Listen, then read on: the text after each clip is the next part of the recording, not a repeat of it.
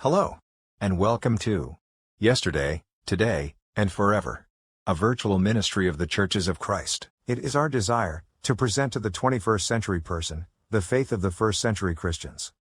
We seek unity through the acceptance of the faith that was once and for all time delivered unto the saints, a system of faith which first began to be spoken by our Lord prior to his crucifixion, and was later confirmed to the saints by the apostles and inspired writers of the New Testament. Thus a faith from yesterday to today and into forever. Our speaker is Brian Barrett, who preaches for the church at Bear Branch, in Spurlockville, West Virginia. We encourage all persons interested in the faith of our fathers to open their Bibles, as we search the Scriptures, for these eternal truths, which can lead Christians back into unity as the family of God. Now, here is Brian. Before we get directly into the lesson, this past week, our YouTube channel gathered its 202nd video. And so our YouTube channel has a considerable bit of information. I brought some cards and laid them back there on the back. It basically says, scan me and subscribe, and it's about the YouTube channel. We're trying to build it up here in the U.S. We've had success overseas. People who are hungry for the Word of God has subscribed. We have over almost 200 subscribers overseas, but we have probably less than 30 in the United States for whatever reason. And so you can just hand this card out. Anybody has a smartphone can scan the QR code, and it will take them directly to the YouTube channel, and it doesn't do anything until they decide to do it. So if they want to subscribe, then they can subscribe, or if they just want to go and look at the channel, it doesn't do anything other than just take you to the YouTube channel by scanning that.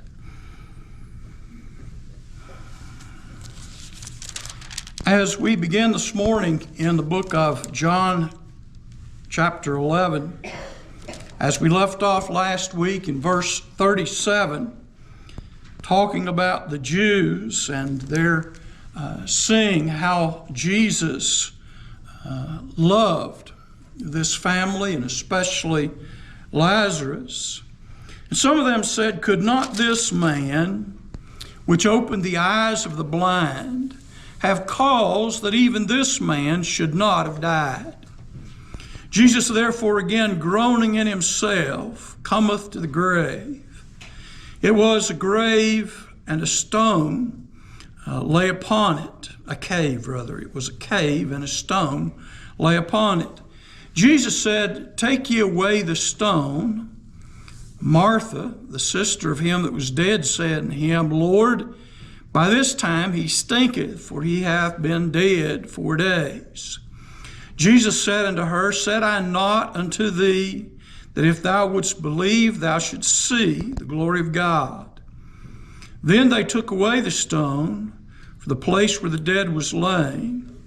And Jesus lifted up his eyes and said, Father, I thank thee that thou hast heard me, and I know that thou hearest me always. But because of the people which stand by, I said it, that they might believe that thou hast sent me. And when he thus had spoken, he cried with a loud voice, Lazarus, come forth.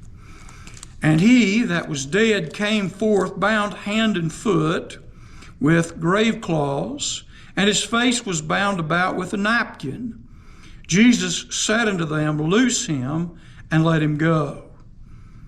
Then many of the Jews which came to Mary and had seen the things which Jesus did believed on him.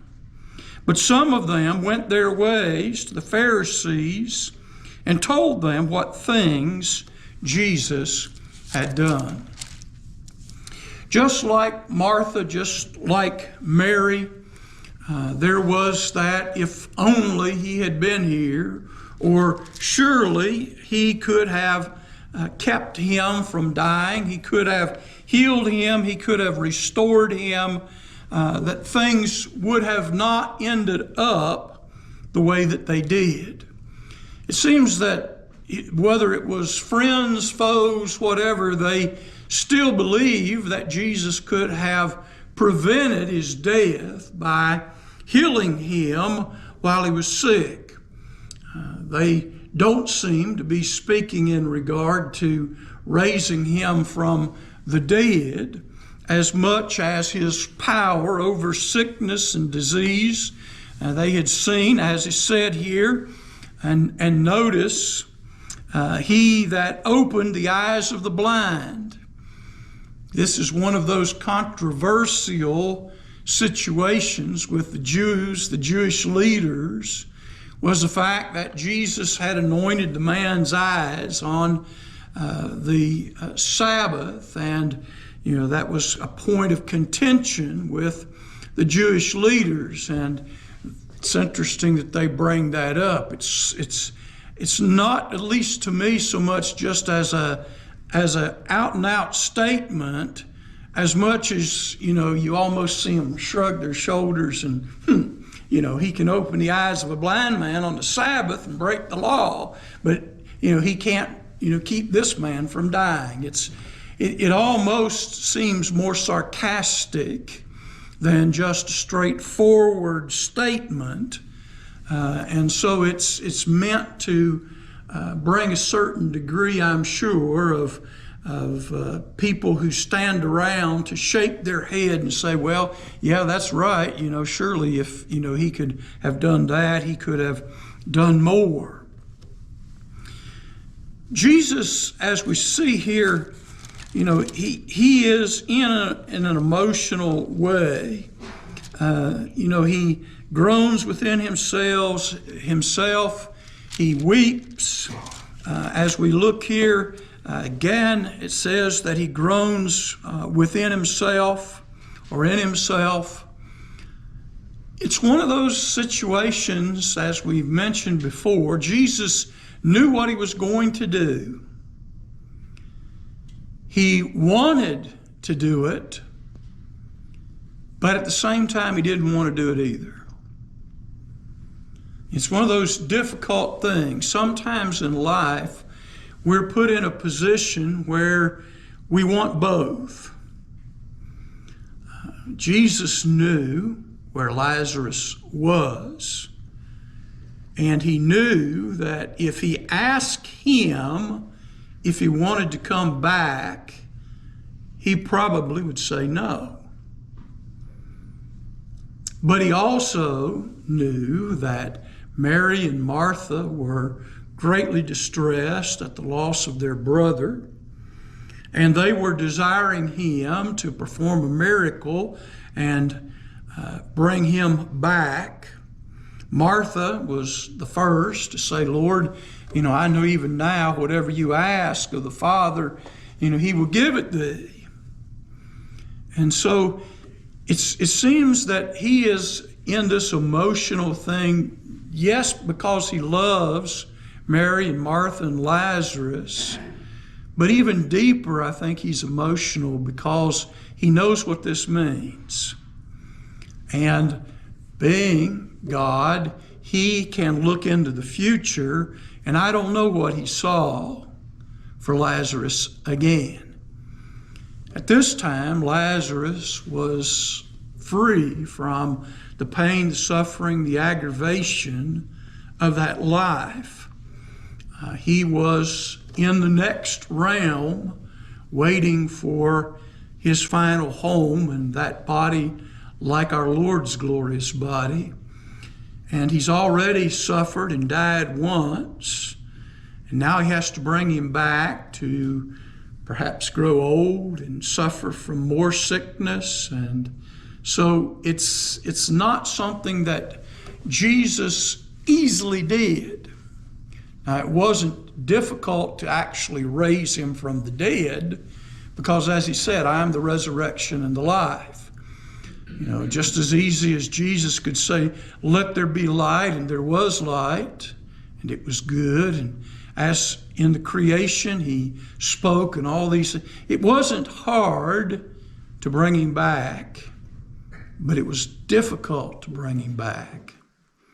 And so it's one of those things emotionally, he knew what he was going to do, and he knew how, as far as he was concerned, easy it was to bring life back to that body.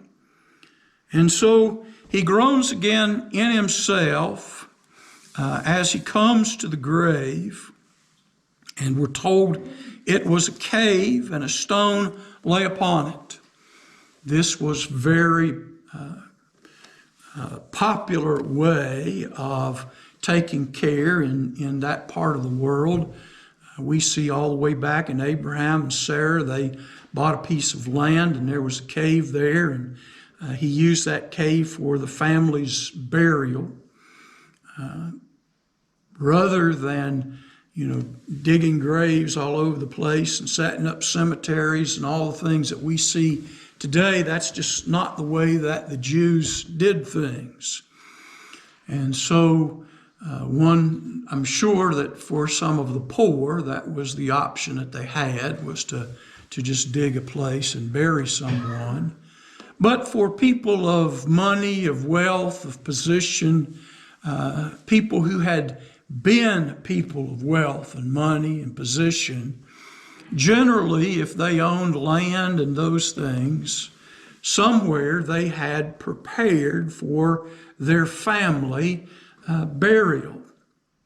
And so whether that was a cave, or in the case as we read about Jesus, it was a newly hewn tomb that had been carved out of the rock itself, a man-made cave in essence, where Jesus was placed. And usually at the front of that there was somewhat of a trough made, and it allowed a larger stone to be rolled down for the cover of the cave or the place that was hewn out.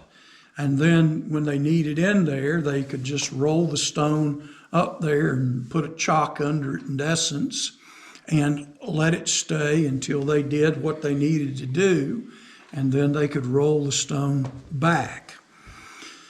Now, the custom of the Jewish people, especially with this type of burial, was a burial that generally took about a year. And the way that works is, as we see with Jesus and others, inside there was usually a niche or a bench that was carved out for the person who had died. And the body was wrapped in linen clothes, it was cloths, and they were anointed with various spices. And the body was laid in the tomb and it was sealed. And on the anniversary of that person's death, they would go back into the tomb and roll the stone away. And by that time, the body would have decomposed, and what was left was the bones. And usually there were boxes, they call them ossuary boxes, bone boxes in essence, and they would put the bones of the family member in that box. Sometimes, I'm sure, there was a lot like cremation. There was a box for each individual in the family. And so when you went into the tomb, there were the ossuary boxes, probably again in a niche or a shelf or whatever was in there. The boxes of others that have been found in the Holy Land with people's names carved into them, engraved basically into them. And so once you rolled the stone over the tomb, unless there was something happened that more than one family member had to be buried again, nobody really wanted to roll that stone away until, like I said, the year had passed, because it's not a pretty sight to behold a decomposing body. And, again, the smell of the decomposing body was not good either. And so what they had here was a cave with that stone on it. They had buried him, and in their mind, that was pretty much, the end of things, their responsibility until the year was up, and then they would go in and had intended to gather up his bones. Now, it's kind of interesting. Martha said, I know whatever you ask, that, the Father would give it thee. I don't know how you reconcile these two things. Jesus says, roll the stone away. And then there's, whoa, he's been in there 4 days. The smell in there is not going to be a pleasant one. And so there's the leave him alone, but we want him raised from the dead. So I don't know exactly what they expected Jesus to do. Just make Lazarus appear back outside without dealing with the tomb. But, he asked to roll the stone away. And, he's been dead 4 days. And, we all pretty much know what kind of aromas a body in a warm climate 4 days are going to produce. As I said last week, that's a smell that generally we are introduced to with dead animals on the side of the road, but once we smell that once, we know when we smell it again that something has died, and a mouse dies under your oven or whatever. You begin to that smell, and that's just not normal. And so they didn't want to have to face the reality of rolling that stone away and seeing what was in there and smelling what was in there. And Jesus, you don't want to go in there and, you're not going to want to touch him, or, we don't want to touch him. It's not a good situation. That's what she's saying. While she may have faith that he can ask God and he'll do whatever he wants, she wants it done without having to face the consequences of that. And then Jesus confronts her and says unto her, said I not unto thee, that if thou wouldst believe, thou shouldst see the glory of God? So he asks her a question. And so based on that question, if you want to, what he's saying is, if you want to see the glory of God, you have to roll the stone away. I said you would see it, but in order to see it, you've got to roll the stone away. Now, why, this was done, I think has more to do with the Jews that were there than Mary and Martha. I don't think Jesus really needed to roll the stone away. And I don't think he needed Lazarus to come out with the burial clothes still wound on him and the napkin on his face. He didn't need that for Lazarus. And yes, all Jesus really would have had to have done is brought Lazarus back and just set him down right there. He didn't need the stone to be rolled away to bring him back from the dead. And, since this is a miracle, this is not just some, swooning kind of thing. This is a miracle. And so if he's going to bring him back from the dead, he can just as easily bring him back from the dead right here outside the tomb than he can within. But that opens up, yes? But then the Jewish leaders say, well, this was put off. Yeah. He wasn't dead to begin with. He wasn't dead to begin with. This is all set up. And so for the witnesses, not necessarily Mary or Martha, but for the witnesses and those who were around. And so if he's been dead for 4 days, he stinks. And so that's not going to, not be there. And so you roll the stone away, and first thing you're met with is that smell. Now, there may be some fancy spices mixed in with that. But, you know, when you complain about a deer on the side of the road and the state road comes and throws a bag of lime on it and drives off, that doesn't change the way that it usually smells, all in all. It may speed up the decomposition a little bit, but you still, on a warm summer's day, still get to enjoy the fragrance of all of that. So they rolled away that stone, and I'm sure there was probably a mixture of whatever spices that were there, but underneath all of that was that smell again that is unmistakable. And so that smell comes out of there.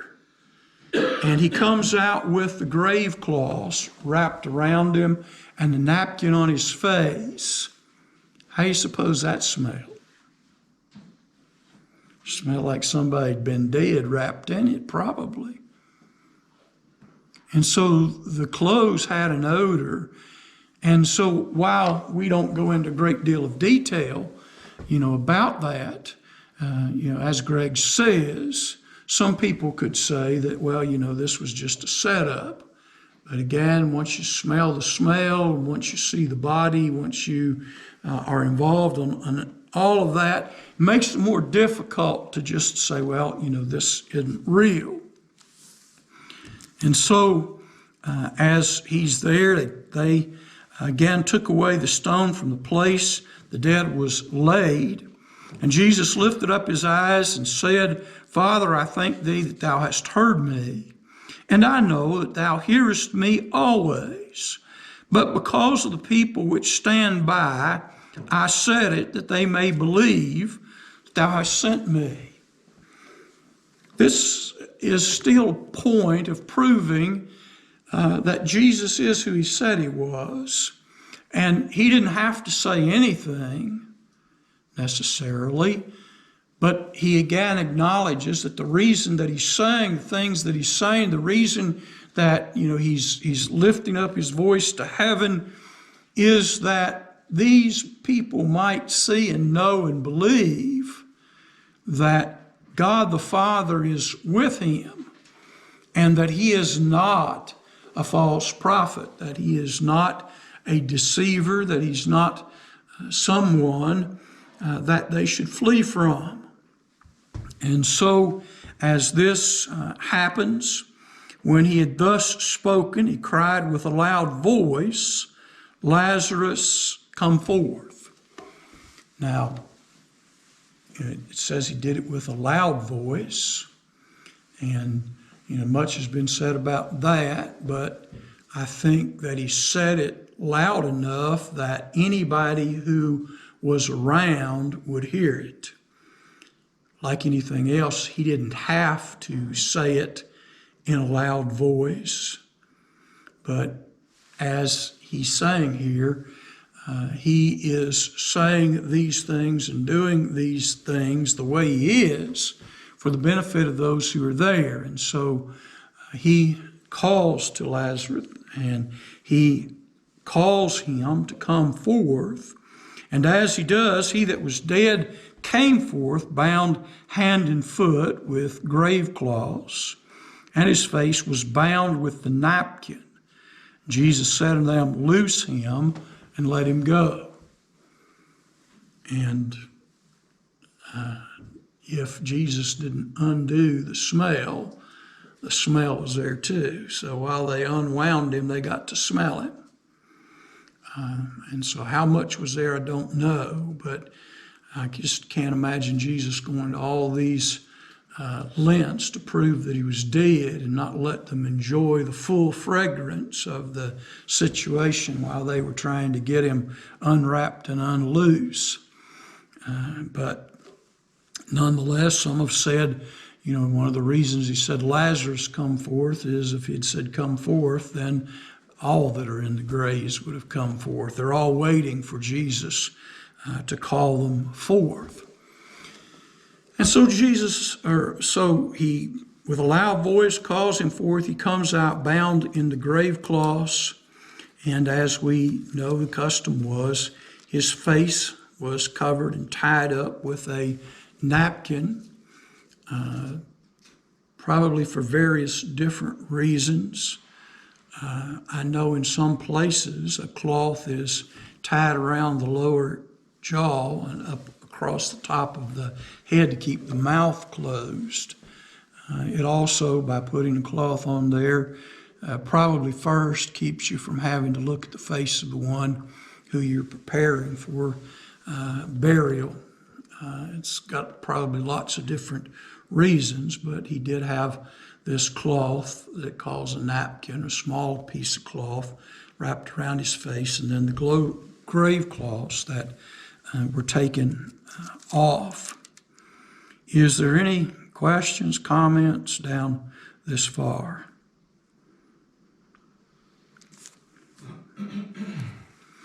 At this point, I just want to again make this clear. This is really not a resurrection. This is being raised from the dead, and that's a little bit different. The true resurrection will be with a body like our Lord's glorious body. And if this is a true resurrection, then Lazarus will have a body that is eternal. And if he has that kind of body, then Jesus is not the first begotten of the dead. Paul in 1 Corinthians 15th chapter speaks about the fact that Jesus is the first begotten or the firstborn from the dead. And so it's talking about a resurrected body. And so Lazarus did not come back in his glorious body. And this, as I said, is one of the reasons that Jesus is so troubled with this. If Jesus would have just had to say, Lazarus come forth, and let him come forth in that eternal body, and then, after he resurrected, both them ascend up to heaven, that wouldn't have been as difficult. But people need to see Lazarus. They need to know that he is still flesh and blood, and that's an important part. Jesus, after the resurrection, he allows them to handle him and touch him, but in one particular place he says a spirit doesn't have flesh and bones. And that's an interesting statement because we usually say flesh and blood. And Jesus said that the spirit doesn't have flesh and bones. And so we know his blood was shed. And we also know that this is a resurrected body. And if the resurrected body does or doesn't have blood or fluids, I have no idea. So we're dealing with many different aspects. But we need to just speak of Jesus bringing Lazarus back from the dead, more so than, a resurrection of Lazarus. Now, some may say that's splitting hairs. But if he was, as I said, if he was resurrected, he is the first resurrected from the dead. And so after Jesus' crucifixion, many of the saints and others that were dead came back to life. We see that in the Gospels also. And they didn't come back in a resurrected body. They came back in a body that was still subject to all of humanity, not the glorious body.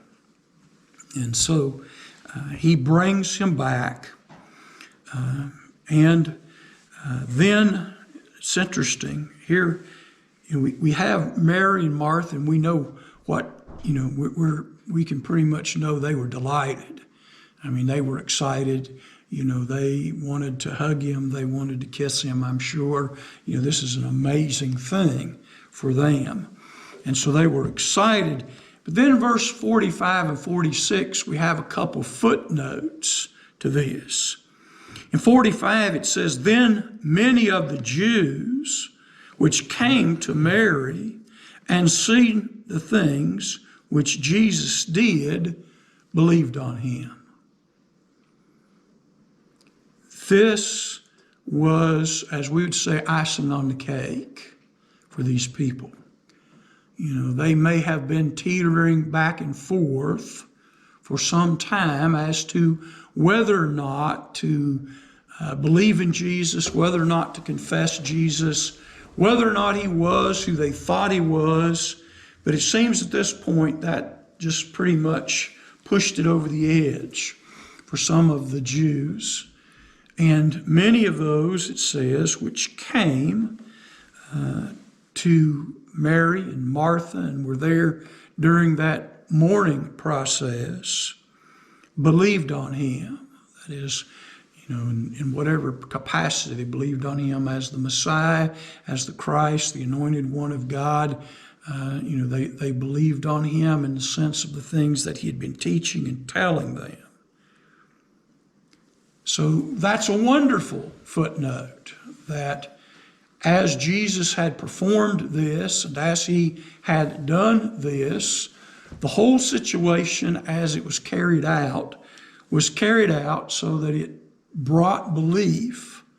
And many of those who were teetering, as I said, on the edge to acknowledge him and to believe in him. But, verse 46, the second footnote, and it begins with that three-letter word, but. But some of them went their ways to the Pharisees and told them what things Jesus had done. So in 45 we have the word many. And then 46 we have the word some. And it would imply, or at least to me would tend to imply, that more people believed on him, and that caused many more to believe on him. But there's always those cronies that, you know, they've sided with a particular political party. They have something in mind. There's something, you know, what's in it for me, you know, all those kind of things. And so some of them, as soon as this had happened, you know, were not so much rejoicing in it as they couldn't get back into Jerusalem and get a hold of some of the political leaders, the Sanhedrin, the Pharisees, all of these individuals who were enemies of Christ, and talk about the things that he had done.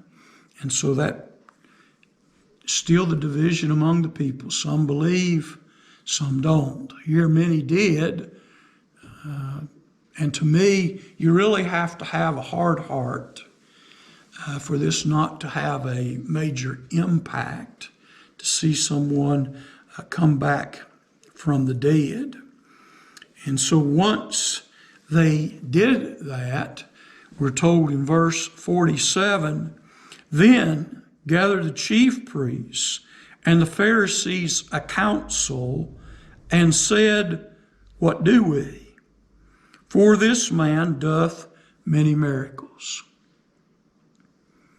Now, this is an interesting thing because they come together, a council, whether that's the whole Sanhedrin or whether it's whomever they could get together at that time. But they formed them a council. And my guess would be that it would either be, again, in some of the chief priests' homes, or again, they may have went back to their little hidey hole in the temple where they could talk about the things that were going on. And, you know, we're told that John had connections to the household of the high priest. That is John the Apostle. And so some of the things that happened, some of those who John knew could tell him of those things, as well as the Holy Spirit verify those things. And so we have probably both testimony of those who were servants of the high priest and his family who were around. You know, servants are those people that many times you ignore, you don't pay a lot of attention to. They know they're not supposed to be talking about things, but they hear a lot while they're serving and taking care of people. And so what's interesting to me is they got this little group, this council, whatever it was, whether it was a chunk of the Sanhedrin, part of it, if it was a council just of various individuals. And here's an interesting question. What do we need to do? Or how are we going to deal with this? And notice the statement, for this man doeth many miracles. This is just going to blow the top off of it. And so we've got to make some kind of decision as to what we're going to do. Because this man, this is, as I said, the kind of icing on the cake. You believe people aren't going to hear about this one. What are we going to do? Because, it's almost like by tomorrow, it's not what it says, but we can probably figure out by tomorrow, since they're only a couple miles from Jerusalem, by tomorrow, if he shows up in the temple and they start talking about this is going to get out of hand real quick. So notice verse 48 as we kind of finish up, and we'll use this sort of as a jumping off place as we say next class. But notice what it says. If we let him thus alone, all men will believe on him, and the Romans shall come and take away both our place and nation. This is a pure political statement. The Jews were an unruly bunch, to say the least. And especially during this time and on up into AD 70 and the things, the Jews and the Romans were not that friendly. The Romans didn't like the Jews didn't like the Romans were stuck there. And so these people who were in power were also teetering on the edge. If they let things go too far, the Romans would come in, and as we see, they did in AD 70 and destroyed the whole city. But there's another side to this also from a political standpoint. They had a whole council, the whole Sanhedrin council, and all these other people who worked with them. And the Romans had to deal with all of this. But if everybody falls in line behind him, and the Romans see that they will listen to him, don't you think the Romans are smart enough that if one man can control this whole nation of people, that they won't come and take away our place and our nation? It belongs to us, it's ours, and give it to him. That's what they're afraid of. That Jesus will really end up being a king over Israel, because the Romans will take away their place and their nation and will give it to them. Why not make this the day that you and your family seek out the Church of Christ in your community? We encourage you to attend one of our worship times or Bible studies. God's grace, truth, and salvation is truly worth finding and knowing. May God bless and keep you as we walk together in His truth. And remember, as always, the Churches of Christ salute you. Our new programs are posted to Facebook and YouTube on Thursday afternoon, and they should be available for viewing by 7 p.m. We also encourage our viewers to visit our website at www.thechurchesofchrist.life. We ask that you like us on Facebook and share our programs. On YouTube, please share and subscribe for notifications. This program was pre-recorded.